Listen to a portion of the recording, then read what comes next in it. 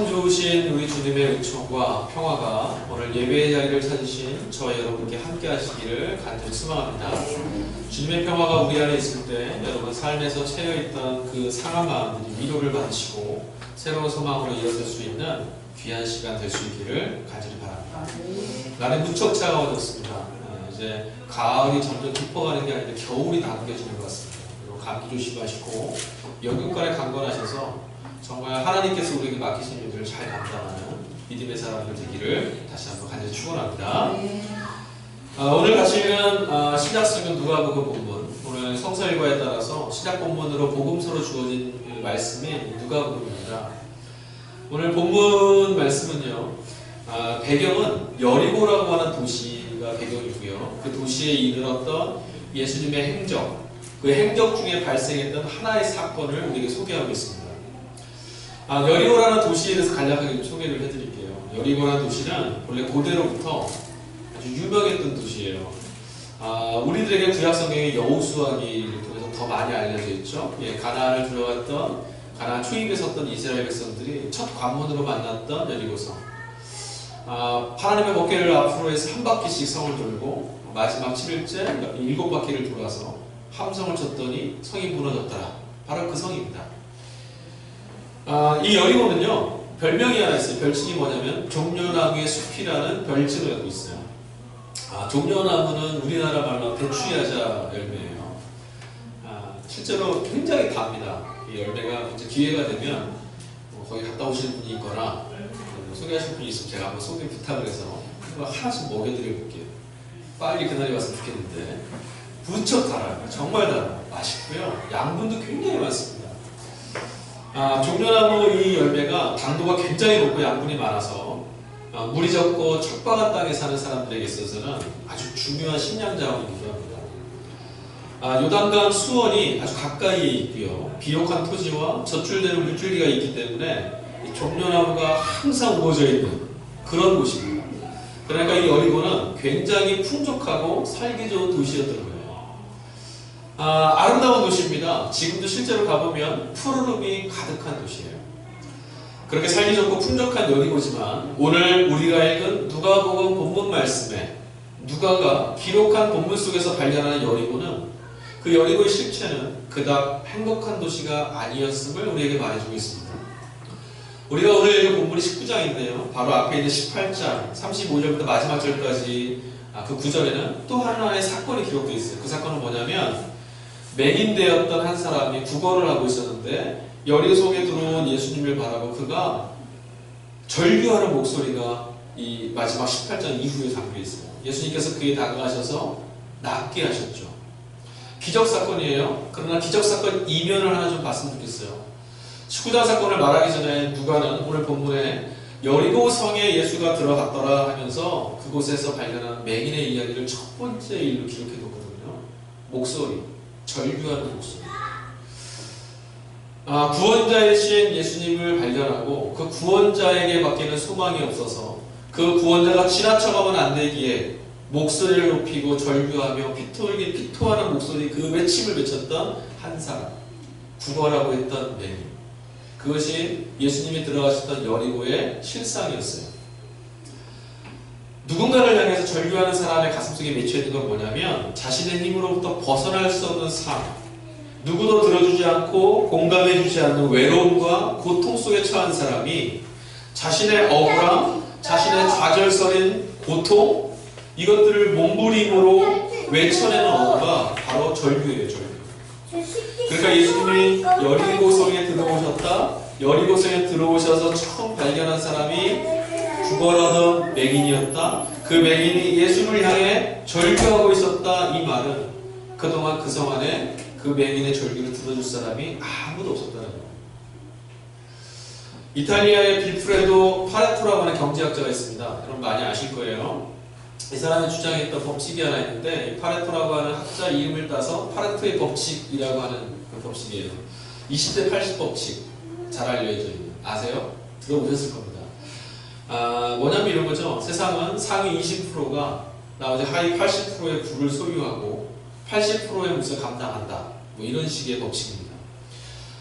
이것이 굉장히 타당성이 있는 법칙으로 받아들여졌고 그 파레토의 법칙 때문에 세상의 패러다임이 싹 바뀌었어요. 근데 오늘 우리들이 사는 이 땅은요, 이제 20대 80 세상이 무너졌습니다. 들어보셨습니까? 10대 90. 아니 지금 그보다 더 심화되고 있다고 말합니다. 이 파레토의 법칙을 뭐라고 말하냐면 양극화라고도 말할 수 있어요. 예. 10대 90 뭐죠? 100명 중에 10명이 세상의 모든 것을 소유하고 나머지 90은 100명 중에 90은 10명이 가진 목 때문에 헐벗어 있는 세상. 100명 중에 90은 절규를 하고 100명 중에 10명은 뒤돌아야 되는 게 오늘의 세상이라는 거예요. 예수께서 찾으셨던 여리고가 바로 이런 세상이었어요. 예수님께서 단순하게 이적을 베푸시고 놀라운 하나님 나라, 하나님의 아들로서의 걸음을 행사했다 이런 차원이 아니라 지금 걸어 들어가셨던 여리고라는 도시가 어떤 도시인지를 우리는 먼저 생각해 볼 수 있어요. 그래서 누가는 예수님께서 여리고에 들어가셨을 때 18장 후에 예수께서 여리고에 들어가셨다 하면서 바로 맹인 이야기를 쓴 거예요. 예수께서 찾으셨던 여리고, 천혜의 자연조건과 풍성한 그런 것들이 넘쳐나는 농경사회, 그것들이 만들어 놓는 부유함은 사람들의 행복을 평등하고 또 균등한 이름으로 보장해주지 못하는 세상이었습니다. 누가는 오늘 19장 이야기를 하기 전에 바로 그 앞에다가 바로 예수님께 절규하던 눈 못 보는 맹인의 이야기를 등장시키므로 여리고라는 이성이 예수 그리스도의 은총과 예수 그리스도의 구원함이 없이는 결코 위로를 받을 수 없는 도시라는 것을 말해주려고 했던 거예요. 여리고는 물질적으로 풍요했던 도시일지 모릅니다. 그러나 물질적 풍요의 뒤안에 굶주리고 있는 이들의 절규가 있던 땅, 그게 여리고였고, 건강하고 건장한 사람들의 이면의 그 뒤안길에 고통받는 이들의 눈물이 서려있는 땅이 바로 여리고였다는 것입니다. 남의 일에 눈을 돌리거나 관심을 갖는 사람이 없는 메마르고 황폐한 땅이 여리고 있어요. 눈으로 보기에는 대추야자 열매가 풍성하게 맺혀있는 기름진 땅인지 모르지만 사람 살이 안을 들여다보면 아주 척박한 땅이었습니다. 그러니 예수 앞에 있던 그 맹인은 건방 번지르르한 도시 여리고에 대한 누가의 고발 인생이에요. 과연 여리고를 향하신 예수의 걸음은 어디를 향하고 있었을까요? 어쩌면 바로 오늘 우리가 살고 있는 이 현실을 향한 걸음이 여리고를 향하셨던 예수의 걸음과 이어져 있을지도 모르겠습니다. 오늘 읽은 19장 말씀 이야기의 배경에서 우리는 이런 양극단에 놓여있는 사람들의 그 삶을 먼저 발견하게 됐어요. 예수님이 찾아가신 여리고에는 정말 잘 사는 사람과 정말 못 사는 사람, 넉넉하게 사는 사람과 고통 속에 절규하는 사람이 같이 살고 있는 세상이었습니다. 길가에 가난한 맹인이 앉아있지만 누구도 그에게 손을 내밀지 않습니다. 자신의 손을 잡아달라고 처절한 절규를 외치는 그 땅에, 공허한 외침으로 흩어져 버리는 그 땅에 예수님이 지금 찾아오셨습니다. 이미 이 여리고에 예수님에 대한 사람들의 기대감은 아주 높아져 있습니다. 왜냐하면 이미 여리고를 향해서 걸어오시던 예수님의 행적과 예수님의 그 길 떠나심의 그 자리에 많은 도시들 안에서 예수님이 하셨던 일들이 소문이 나기 시작합니다. 예수님이 지나가시는 자리마다 병자들이 나음을 얻고, 예수님이 지나가시는 자마다 절망에 빠져있는 사람들이 하나님 나라라고 하는 소망을 얻게 됐어요. 그러니 여리고에 사는 사람들도 자신의 마을로 찾아오고 계신 예수님에 관한 소문을 이미 들었고 기대감이 굉장히 높아 있었을 거예요. 그렇지 않겠습니까? 오늘 우리도 만약에 저쪽 부산에서 시작한 누군가가 하나님 나라의 말씀을 전하시는데 그 말씀에 능력이 있고 오늘 이렇게 좌절 가운데 있는 우리나라에 아주 큰 소망과 기대감을 우리가 펼쳐주고 있다. 점점 다가오고 있다. 임금만 수원까지 왔다. 그럼 이제 다음 주는 안산이다. 안산의 초입은 우리 본호동이다. 우리가 제일 먼저 볼 수 있다. 기대하지 않겠습니까? 여리고 사람들이 예수님을 그렇게 기대하고 있었어요. 하나님의 말씀을 통해서 소망을 주시는 예수님. 이미 성 안에서도요, 맨 처음 맹인이 예수님께 눈 뜨임을 당했던 것처럼 이 성 안에 눈 멀어 있는 사람들이 이제 이 성에 예수님이 들어오시면 우리도 눈을 뜰 수 있을 거야. 이런 소망 갖고 있었을 수도 있고요. 아니면 다른 질병 때문에 고통받는 사람들이 맹인의 눈을 뜨게 하신 그분이라면 우리들의 고통받은 상처도 낫게 해주실 수 있을 거야. 아니면 어떤 사람들은 이 로마가 지배하고 있는 이 암담한 현실 가운데 그분이 오시면 우리가 살아갈 목적과 희망을 발견할 수 있을 거야. 이런 기대를 저마다 다르게 갖고 있었을지도 모르겠습니다. 어쨌든 기대감이 아주 높아져서 사람들이 예수께로 몰려들기 시작했습니다. 오늘 보면 3절 후반에 보면 예수의 주변에 사람들이 아주 많이 몰려있음을 알 수 있어요. 예수님 주변에 몰려든 수많은 사람들, 저마다의 기대감도 더욱더나 높아져 있을 것입니다. 어떤 이유에서는 지금 여리고에 예수님을 찾아오셨고 예수님이 서 계신 그 주변에 많은 사람들이 함께하고 있음을 우리는 알게 되었습니다. 그런데 오늘 같이 읽은 본문 말씀 누가복음 19장 1절부터 10절 가운데 그 수많은 사람들 가운데 한 사람의 이야기가 등장하고 있습니다. 이 사람도 역시 예수님에 관한 소문을 들었습니다. 평상시에 답답했던 사람이었어요. 왜냐하면 이 사람은 곡주였습니다. 등이 굽어 있었고 그 바람에 키도 크지 못한 연약한 사람이었습니다. 당시 이스라엘의 문화를 여러분 알고 계시죠? 신앙 공동체였던 이스라엘에서는 몸에 장애가 있거나 불편함이 있는 사람들을 하나님께로부터 부정함을 받은 사람이라고 내쳤습니다. 손가락질했습니다. 하나님의 도우심이 오는 하나님마저 버린 사람이다 라고 말했습니다. 그런데 얼마나 상처가 컸겠어요? 아마 마음은 천갈래 만갈래 찢어져 있고 삐뚤어진 성격이었을 거예요. 그랬던 것처럼 이 사람은 정말 삐뚤어진 마음으로 악착같이 돈을 모아서 부자가 된 사람이었습니다. 돈은 참 많았는데 곁에는 사람이 한 명도 없습니다. 그랬던 사람이 예수님에 관한 소문을 들었습니다. 그래서 이도 예수님을 한번 보려고 소망 없는 자들에게 소망 주시는 분이라고 하니까 그 소망이 무엇일까 나도 좀 얻어보려고 뛰쳐나갔습니다.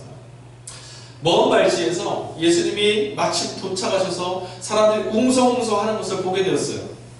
곳곳에서 감탄사가 흘러나오고 야 저분이 예수구나. 야 저분 얼굴도 정말 인자하게 생겼다. 아니야 후광이 비치는 것 같아. 아니야 지금 내 몸이 벌써 낫는 것 같아. 사람들이 웅성웅성합니다. 맹인의 눈을 낮게 해서 눈이 떴던 것처럼 곳곳에서 이적이 막 벌어지고 있었을지도 몰라요. 이곳을 걸어가시는 걸음걸음만 저쪽에서 우와 나왔다. 이런 환송과 탐호가 넘쳐났을지도 모릅니다. 어쨌든 이곳을 찾아간 이 사람은 그 소리가 무엇인지 너무 궁금했습니다. 알고 싶습니다. 보고 싶습니다.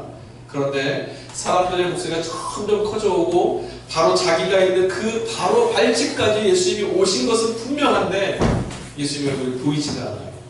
왜냐하면 이 사람의 키가 너무 작았거든요. 사람들의 어깨 사이를 이렇게 찾아가면서 견눈질이라도 좀 보았으면 했는데 보이지가 않습니다. 다른 사람들에 비해서 이 사람의 키가 월등히 작았습니다. 하지만 이 사람이요 아주 영특한 사람이에요. 그래서 뭐 했냐면 바로 사람들 옆에 있었던 돌무화과 나무, 커다란 돌무화 나무를 하나 발견하고 그 위로 뛰쳐 올라갔습니다.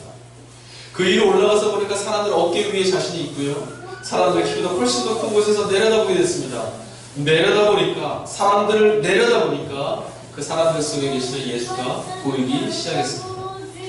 행렬이 보입니다. 예수님도 보였고 예수님을 따르는 사람들의 그 군집해 있었던 모습도 보이고 말씀하시는 예수님의 목소리도 들리는 것만 같습니다. 그러나 여전히 이 사람은 예수님 곁에는 가까이 있지 못합니다.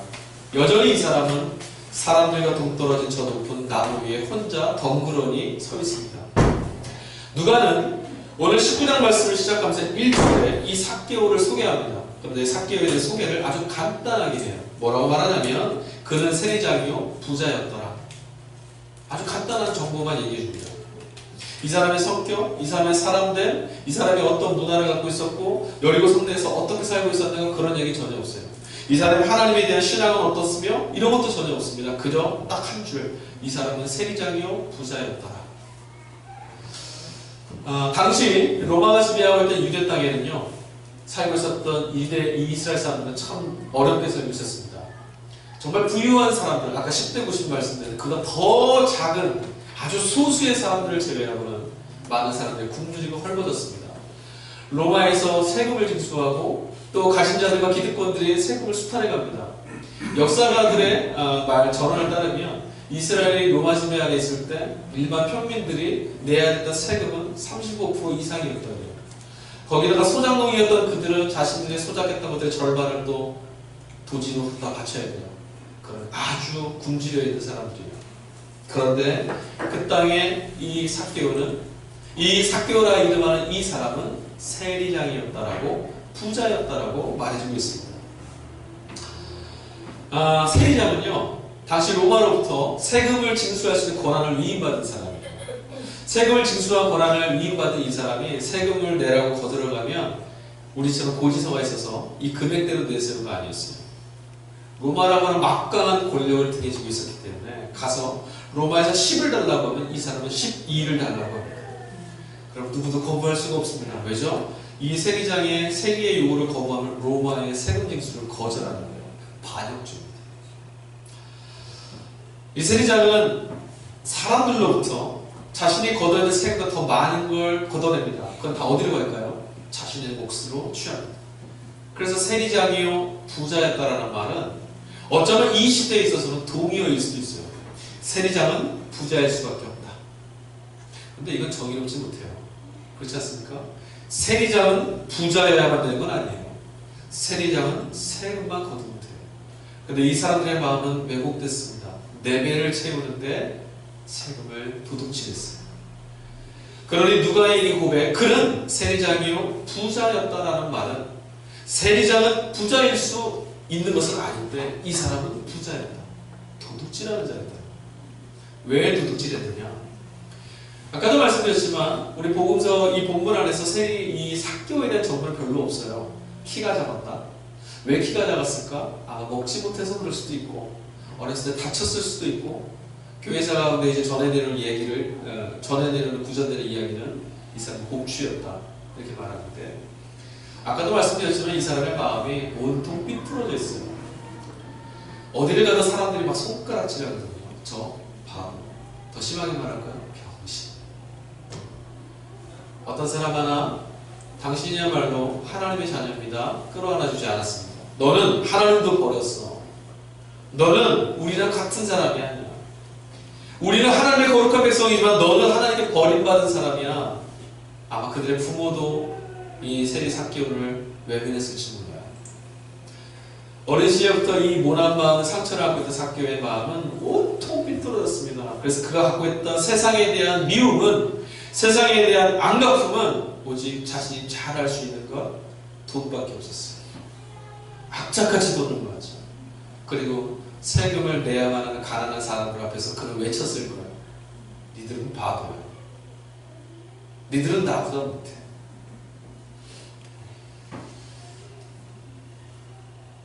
세리 삭개오는요 그렇게 자신을 조롱했던 사람들에게 등을 돌리며 살아갔습니다. 너희들은 나와 같지 않아? 나는 권력이 있어. 너희들은 아무것도 없는 형편없는 거죠. 그런가 하면 삭개오만 그들을 향해 등을 돌린 게 아니에요. 사람들도 삭개오에게 여전히 등을 돌리고 있습니다. 저 사람을 뭐라고 했죠? 죄인들. 그러니까 오늘 예수님이 찾아가신 이 여리고성 안에는 사람들 사이가 다 모두 등 돌리고 있는 거예요. 서로에게 등을 돌린 이들에게 평화의 왕이신 예수께서 찾아가셨지만 주님이 찾아가신 그 행렬 가운데서도 삭개오와 사람들이 그곳에 같이 있었음에도 불구하고 그들 사이에 넓혀져 버린 그 공간은 좀처럼 좁아들지 않고 있었습니다. 도리어 삭개오는 사람들 틈바구니부터 멀리 떨어져서 나무 위로 올라가 버렸어요. 다시 예수님의 행렬 장면으로 한번 가볼까요? 3절 말씀을 보니까 누가 가요? 사람들이 많아서 삭개오가 예수를 볼 수 없었다. 그러므로 삭개오가 나무 위로 올라갔다라고 얘기하고 있습니다. 그리고 그 이후에 우리는 이 본문의 말씀에 뭐가 나오는지 알아요? 예수께서 그를 발견하시고 찾아가서 내려와라. 그리고 내가 너의 집에 이루어야겠다. 그래서 삭개오와 예수님이 같이 있는 훈훈한 장면으로 마무리가 됩니다. 그런데 저는 이 본문을 읽으면서 마음이 좋지 않습니다. 누가가 지금 삭개오가 그러므로 나무 위로 올라갔다고 이 장면을 읽으면서 속상합니다. 왜 그럴까요? 누가가 봤을 때 이 삭개오는 나무에 올라갈 필요가 없었어요. 사람들이 길을 좀 열어줬으면 뒤에서 발뒤꿈치를 올리면서 깨끗말을 하고 점프를 하고 어떻게 하면 좀 한번 볼까? 예수님을 볼까? 그 뒤에서 몸부림치고 있는 그에게 사람들의 등 돌림을 조금만 열어줬으면 삭개오는 나무에 올라갈 필요가 없었죠. 삭개오의 눈앞에는 자기보다 훨씬 큰 사람들의 등밖에 보이지 않았어요. 차가운 세상이에요. 아무도 이 사람이 예수께 다가가는 걸 용납하지 않았고 예수께 다가가는 구원을 바라는 그 사람의 길을 열어주지 않았습니다. 누가는 이 대목을 좀 정확하게 얘기하는 거예요. 나무 위로 올라간 삭개오. 누가 나무 위로 올라갔습니까? 삭개오가 올라간 게 아니에요. 삭개오를 나무 위로 내모는 거죠. 본문은 예수님을 만나기 위해서 나무 위에까지 올라간 삭개오의 어떤 노력이나 열정을 주목하지 않습니다. 우리는 그렇게 배워왔어요. 삭개오가 예수님을 보려고 그 마음속에 소망을 갖고 나무 위까지 뛰쳐 올라갔다. 대단한 열정이 아니냐? 대단한 믿음이 아니냐? 그렇지 않습니다. 누가가 고발하고 있는 내용은 그게 아니에요. 예수님이 찾아가신 그 땅은 예수님이 아니고서는 사람을 구원할 수가 없었기 때문에 예수님이 그것을 찾아가셨다라고 말하는 거예요. 왜죠? 그 수많은 사람들 중에 단 한 사람도 삭개오에게 손을 내밀지 않았어요. 누가 구원해야 됩니까? 하나님밖에는 그를 구원할 수가 없어요. 냉랭하고 무거워진 벽, 누구도 건너갈 수 없고 누구도 건너오지 못하는 벽이 그곳에 높이 쌓여져 있었는데 바로 그 벽을 허무시려고 예수님이 여리고성에 들어가셨다는 거예요. 그 긴장감과 대립의 장면 속에서 다수의 사람들이 삭개오 한 사람을 풀어주지 못했습니다. 그리고 그들의 틈바구니에서 삭개오를 몰아냈습니다. 삭개오는 사람들의 그 틈바구니에서 잃어버린 사람입니다. 사람들은 이제 삭개오가 자신들의 등 뒤에서 함께 있었음을 기억하지 못합니다. 매정한 사람들입니다. 사람들 사이에 세우는 이 장벽은 정말 무너지기 어렵습니다. 한번 사람 사이에서요 정이 나고 감정의 골이 깊어지면 어떻게 되죠? 원수가 됩니다. 그게 그렇지 않습니까? 우리 사이에 세우는 이 감정의 골은요 정말 무겁습니다. 아무리 친하고 나와 함께하는 일이라도 감정이 한번 틀어지면 그 사람만 없으면 세상이 평화합니다. 그때 예수님께서 그 사람들 틈을 밀치고 들어오십니다. 나무 위에 있었던 삭개오를 부르고 그에게 다가오시는 예수님의 걸음이 한번 상상해 보세요. 사람들이 빽빽하게 가로막고 있던 그 사람들 틈, 삭개오는 도대체 열어놓을 수 없는 그 틈을 예수님은 헤치고 다가오셨어요. 그 담을, 그 벽을 다 헤치고 삭개오 앞까지 찾아왔어요. 이제 삭개오 앞에는 벽이 사라졌습니다. 사람들로부터 나면서부터 키 작다고 꼽추 남자이라고 손가락질 받던 죄인이라고 외면당했던 그들의 신앙 공동체 안에서조차 멸시받았던 그에게 사람들과 함께할 수 없는 마음의 담 안에 꼭꼭 갇혀있었던 그에게 예수님이 지금 찾아가셨습니다. 아브라함의 백성에게 스스로들 나는 아브라함의 백성이라고 말하면서 우리는 의롭다라고 말했던 삭개오에게 너는 부정하고 우리는 의롭다고 말했던 그 사람들은 여전히 자신들의 벽을 높이 쌓아놓고 있었습니다. 오늘 본문은 삭개오를 향해 섰던 그 벽만 그리고 있지만 사실 예수를 보겠다고 거기서 서로 밀치고 우격다짐하고 서로 어깨를 자꾸 밀어내고 했던 그 사람들, 아마 그 안에는 삭개오와 예수님을 뺀 장면은 벽만 보였을지도 모르겠어요. 누가는 예수께서 여리고에, 예수께서 삭개오에게, 예수께서 그 한 사람을 향해서 찾아오신 이유를 10절 말씀에 이렇게 소개하고 있습니다. 잃어버린 자를 찾아 구원하시려. 잃어버린 자를 찾아 구원하시려. 잃어버린 자는 삭개오고요, 찾으시는 이는 예수입니다. 이것이 예수께서 여리고로 향하셨던, 삭개오를 만나신 목적입니다. 사람들에게 죄인으로 낙인 찍힌 삭개오, 잃어버린 그를 하나님은 용납하고 있다고, 하나님은 그를 품고 있다고, 하나님 그를 사랑하신다라고, 하나님 앞으로 한 걸음을 더 내디뎌 나오라고, 꼭꼭 갇혀있는 그 담을 허물고 하나님께로 걸어 나오라고 그의 손을 이끌어내시려고 예수님은 이 여리고성에 찾아오신 거예요. 왜 삭개오를 누가는 잃어버린 자라고 표현했을까요? 하나님을 믿지 않아서, 예수를 믿지 않아서, 교회를 다니지 않아서, 그래서 오늘 누가는 그를 잃어버린 자라고 했을까요? 삭개오가 잃어버린 자라고 하는 그 이유는 그런 이유 때문이 아니었습니다. 아까도 말씀드렸지만 삭개오를 잃어버린 자라고 말했던 누가의 말은 여리고성에 있던 많은 사람들이 삭개오를 버렸다라고 하는 말과 동의합니다. 삭개오에게 등을 돌린 사람들이 있었기 때문에 삭개오는 사람들 틈바구니에 있을 수 없었습니다. 주님이 찾아오실 때 그곳에 있어야 함에 마땅했던 여리고성 주민이었던 삭개오는 그 틈바구니에서 잃어버린 사람이 되고 말았습니다. 여리고성 내의 사람들 속에 삭개오는 존재하지 않는 사람입니다. 삭개오는 여리고성 사람들이 버린 사람, 잃어버린 사람, 그들의 편견과 미움과 증오, 이것이 삭개오를 잃어버린 자로 만들었습니다. 하지만 예수님은 지금 잃어버린 삭개오를 찾아오셨습니다. 누구도 관심 갖지 않고, 누구도 사랑해주지 않고, 누구도 따스하게 손잡아주지 않았던 이 불쌍한 사람, 온통 마음이 삐뚤어지고 왜곡돼서 자신에게 선행을 베푸는 사람들의 선의조차 호의조차 매몰차게 내몰 수밖에 없는 이 사람에게 주님이 지금 찾아오셨어요. 그리고 그의 손을 붙잡아 주셨습니다. 그 여리고성 내에 주님께 열광하는 수많은 사람들이 있었지만 유독 주님은 삭개오의 이름을 불러주셨습니다. 오늘 본문을 읽어보시면 주님이 먼저 삭개오의 이름을 부르신 장면이 나와요. 삭개오야, 내가 오늘 너희 집에 유하리. 그 행렬 가운데 수많은 사람들이 열광하고 있었어요. 그러나 주님이 이름 불러주신 한 사람, 주님의 의미가 있던 한 사람은 바로 삭개오였다는 거예요.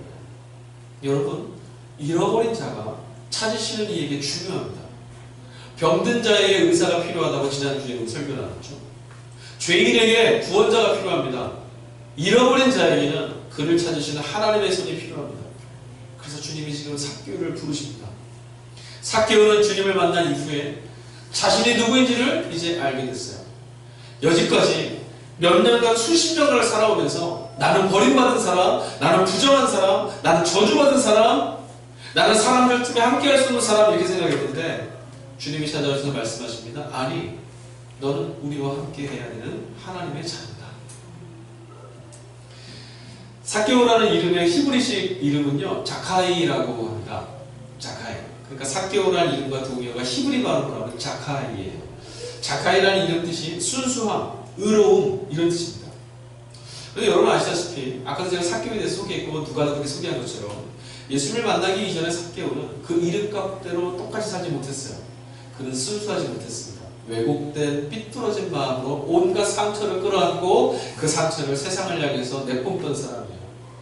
의로움, 아니요, 의롭지도 못했습니다. 그는 로마 권력의 등직을 힘을 입고 사람들로부터 수탈하는 자였습니다. 빼앗는 자였고, 그는 의로움도 아니었습니다.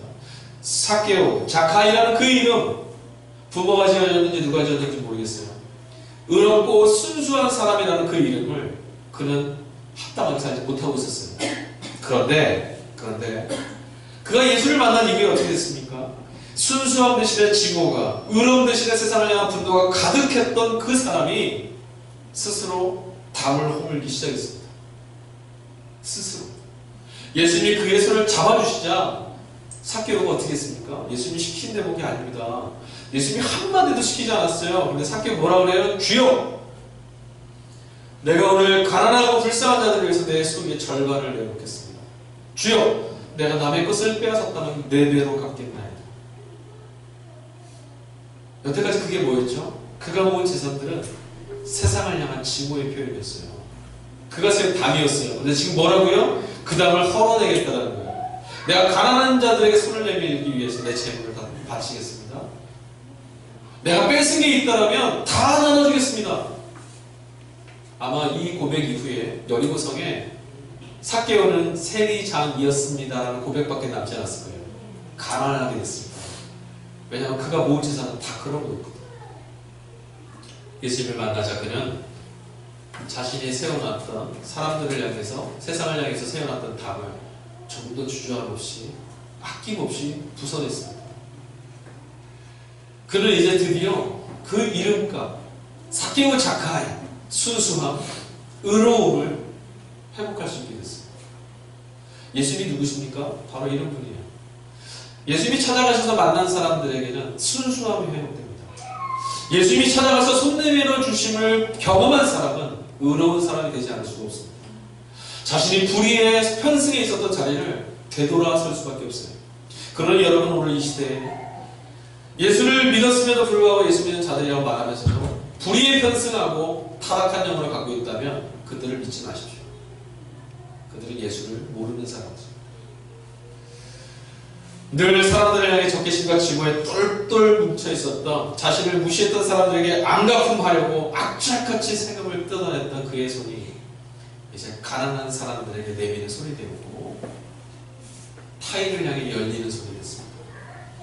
본문의 말씀 잘 보시면 예수님과 삭개오의 만남밖에 없습니다. 삭개오를 향해서 등 돌렸던 이들은 여전히 냉담합니다. 여전히 그들은 삭개오에게 등 돌리고 있는데 삭개오만 등을 돌렸던 자신을 돌이키고 있어요. 사람들에게 등을 돌리며 날카로운 상처를 품고 살았던 삭개오는 이제 찾은 자가 됐습니다. 잃어버린 자 아닙니다. 찾은 자. 하나님이 찾아내신 자. 그렇다면 삭개오에게 등을 돌렸던 사람들은 어떻게 됐을까요? 7절 말씀 보니까 그들의 그 모습이 좀 드러나 있습니다. 7절 말씀 함께 읽어볼까요? 19장 7절입니다. 함께 읽겠습니다. 못사람이 보고 수근거려 이르되 저가 제1의 집에 유하러 들어갔도다 하더라. 그림이 그려지세요? 참 못난 사람들이에요. 예수님이 삭개오를 만나주시고 그의 집에 거하겠다고 삭개오의 손을 붙잡고 삭개오의 집으로 가고 있습니다. 삭개오는 너무 행복합니다. 기쁩니다. 하나님께 찾은 자가 됐으니 얼마나 기쁘겠어요. 너무너무 행복해있는 그리고 그를 바라보시는 온화한 예수님. 그런데 그 뒤에 많은 사람들이 여전히 그들을 뒤를 쫓아가면서 수근수근됩니다. 뭐라고 말했습니까? 저가 죄인의 집에 유하러 갑니다. 사람들 마음 왜 삐뚤어져 있을까요? 본문 말씀 보세요. 주님을 향해서 이들이요 이제 뭐라 그래요? 저 사람이, 저 인간이 죄인의 집에 유하러 가네요.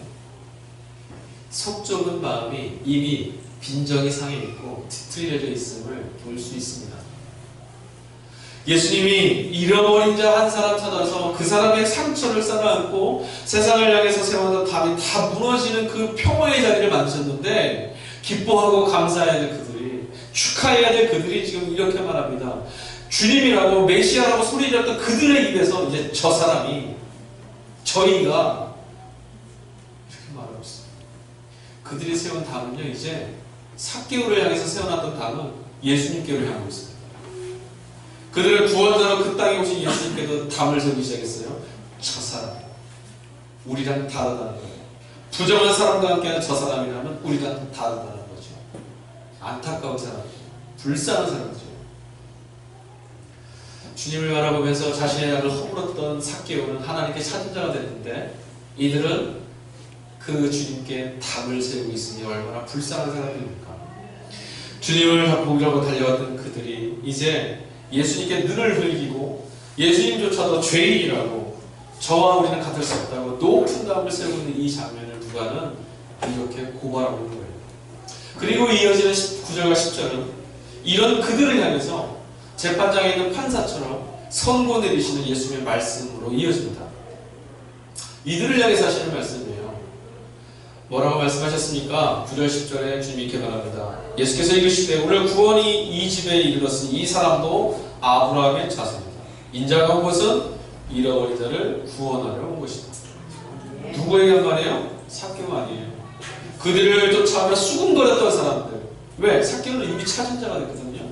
수군거리며 예수님께 답을 높이 쌓고 있는 자들에게 인자가 온 것은 너희를 구원하려고 오는데 너희는 여전히 답을 쌓고 있다는 거죠. 삭개오가 구원받았고 그가 이미 아브라함의 자손이라는 이 말을 들었을 때 그들의 지구는 아마 하늘을 찔렀을 텐데 저 죄인이 아브라함의 자손이라고 우리랑 똑같다고 그럴 수 없다. 이제 여리고에서 삭개오는요 외면당하는 자가 아닙니다. 아니 사람들에게는 더 외면당했을지도 몰라요. 그러나 그는 전능하신 하나님, 사람들 틈바구니에서 잃어버린 그가 하나님께 찾은 자가 되었어요. 사람들은 그러나 여전히 담을 세우고 여전히 그를 잃어버린 자로 취급하고 있습니다. 그러나 하나님은 그를 찾아내셨습니다. 예수의 생명을 발견하고 오늘 예배의 자리에 나오신 여러분, 지금 여러분은 주님을 어떻게 보고 계십니까? 여러분의 안에 세워진 높은 담을 지금 무너뜨리고 싶은 마음이 드십니까? 여러분은 잃어버린 자입니까? 아니면 구원을 받은 삭개오처럼 하나님께서 찾으신 자입니까? 아니, 하나님이 지금 여러분을 찾으셨음을 경험하고 있습니까? 아니면 지금도 하나님께 절규했던 그 맹인 거지처럼 주여 나를 좀 잡아주십시오, 왜 이렇게 절규하고 계십니까? 아니면 여전히 사람들과 세상, 하나님께도 등을 돌린 채 답을 쌓고 계십니까? 지금 여러분이 다른 사람들을 향한, 누군가를 향한, 세상을 향한, 아니 어쩌면 여러분 자신을 향해서 벽을 세우고 있는 이들이라면 여러분 지금 잃은 자입니다. 하나님이 잃어버린 자입니다. 그러나 내 담을 허물어내고 하나님께로 나아가기를 원한다면, 내 담을 허물고 나와 마음이 맞지 않는 이들에게 나아가기를 원하신다면, 내 담을 허물고 나를 증오했던 자들에게 나아가기를 원하신다면 여러분은 지금 예수께서 찾으신 사람입니다. 우리 주변에 잃어버린 삭개오는 누구일까요? 우리 주변에 삭개오는 참 많이 있습니다. 여러분 주변에 삭개오는 정말 많아요. 잃어버린 자에서 잃어버리다라고 하는 말은요, 우리 국어대로 잃다와 버리다의 합성어입니다. 잃는 건 가능해요. 우리가 사람 사이에, 사람 뜻밖의 살면서 어떤 요인으로든, 어떤 계기로든, 어떤 사건으로든 사람 사이가 벌어질 수는 있어요. 잃을 수는 있습니다. 그건 문제가 되지 않습니다. 문제는 뭐냐면 잃은 뒤에 그를 찾을 것이냐 버릴 것이냐. 잃어버리지 마시고 잃었으면 찾으십시오. 예수님은 찾으러 가시지 않았습니까? 잃어버린 자를.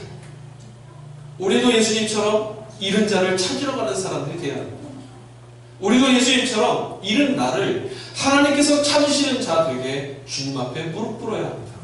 우리 세상이, 우리가 살아가는 세상이 잃은 자를 애써 부인하고 외면하고 잃어버리고 지워버리는 게 아니라 그에게 손을 내밀고 찾아내고 끌어내고 붙잡아 줄 수 있다면 우리가 사는 세상이 얼마나 아름다운 땅이 되겠습니까? 예수님은 아마 이 땅에 다시 찾아오시지 않고 이 땅을 하나님 나라라고 선언하실지도 모르겠습니다. 가치관과 생활의 수준, 기호, 윤리적, 도덕적 순수함, 허물과 실수, 이런 것들이 기준이 되어서 사람들 사이에 담을 만들어내는 것은, 그것이 어떤 이름이더라도, 종교의 이름이라 하더라도 그것은 하나님의 뜻이 아닙니다. 하나님의 뜻은 막힌 담을 허물어내고 사람 사이에 하나님의 사랑이 흘러갈 수 있도록 하는 겁니다. 기억하십시오. 우리는 잃는 사람들입니다. 그리고 잃는 것을 포기하고 버리지만 하나님은 찾으신다는 겁니다. 그거 기억하십시오. 오늘은 종교개혁 기념주일입니다.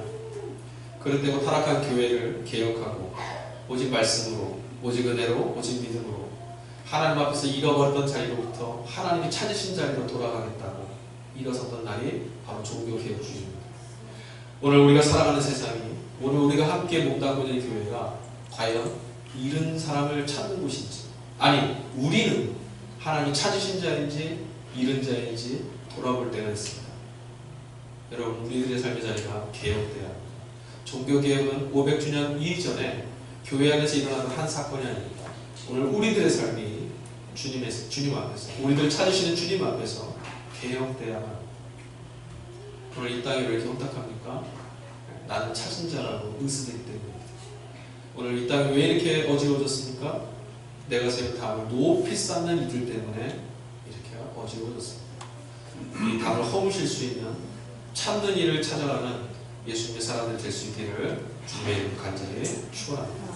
기도하겠습니다. 주님 감사합니다.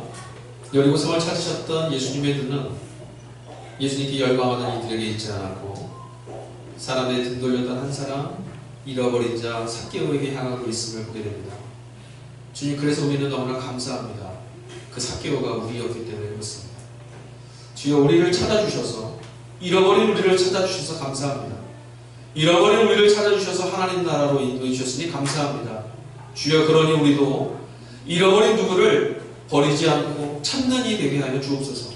주님의 사랑이 우리 안에 가득가득 담겨서 이 교회가, 또 우리가 살아나는 삶의 자리에서 잃은 자들을 찾아내고 하나님께로 인도하는, 아니 하나님의 나라를 이 땅에도 이룰 수 있는 찾는 이 되게 하여 주시옵소서. 찾는 사람들의 손 가운데, 찾는 사람들의 영혼 가운데 함께 하시는 주님의 이름을 찬양합니다. 감사합니다. 거룩하신 예수님의 이름으로 기도하겠습니다. 아멘. 아멘. 감사합니다. 이제 우리의 예배 가운데 함께 하신 하나님께 영광을 드립니다. 이제 우리 모두 다 같이 이 시간에 함께 일어나서 화성의 기도 함께 했으면 좋겠습니다. 이 화성의 기도를 함께 고백하고 교독할 때 여러분 한 주간의 삶에서도 최선을 다해서 달려갈 수 있는, 믿음으로 달려갈 수 있는 걸음이 있기를 간절히 소망합니다. 우리 오늘의 말씀을 함께 교독하고 주기도문으로 예배를 마치도록 하겠습니다. 사랑하는 교회 여러분, 이제 평안히 돌아가십시오. 복음의 말씀을 들었으니 참 자유인답게 살아내십시오. 주님의 길만이 생명의 길이며 진리의 길입니다. 이제 매일을 하루같이 영혼의 중심을 주님께로 향하는 거룩한 성화의 길을 걸어내십시오. 아멘. 주님을 믿는다고 하면서도 매일의 삶의 죄이며 세상 속에서 헤매이던 연약함을 불쌍히 여겨주십시오. 하나님 나라를 이루어가야 할 자리를 잊은 채 세상에 묻혀 진리의 길을 종교의 길로 치장하던 걸음이 멈추어주게 해주시고 십자가를 붙든 그리스도인으로서 울고준 걸음으로 살아갈 수 있도록 우리 영혼을 붙들어 주십시오. 아멘. 같이 찬양하겠습니다.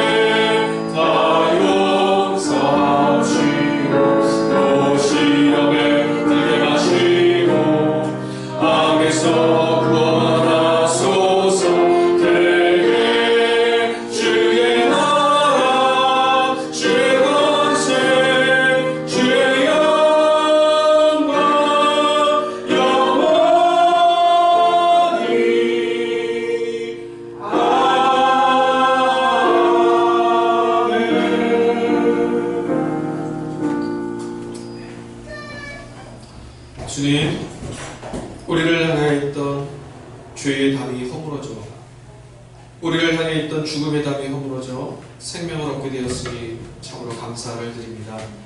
우리의 이 환호가, 우리의 이 벅찬 감동이 2000년 전 예수의 십자가 사건에서 머물지 아니하고 오늘 우리들의 매일매일의 삶에서 고백되어질 수 있도록 주여 우리 안에 막혀져 있는 저 큰 담들이 무너지게 하옵소서. 주님, 서로를 향해서 등을 돌리고 서로를 향해서 미움과 치고의 담을 쌓는 이 세상에 평화를 허락하여 주옵소서. 주님, 왜곡된 일들의 걸음 속에, 탐욕의 걸음 속에 정의를 무너뜨리고 불의함과 불법함에 기대어 있는 그들에게 담이 무너지고 하나님의 진리로 하나님의 나라로 나올 수 있도록 주여 잃은 자들을 찾아주옵소서.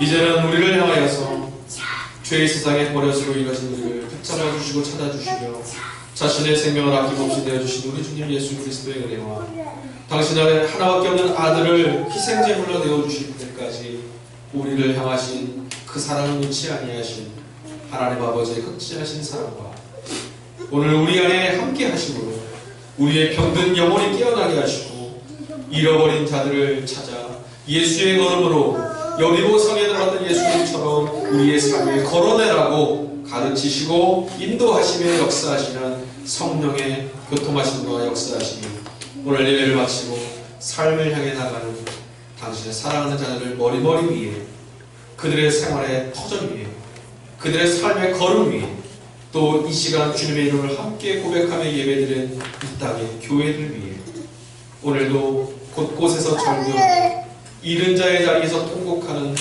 그래서 주님께서 찾아가실 수밖에 없는 그들에게 영원토록 함께 하시기를 간절히 축원하옵나이다.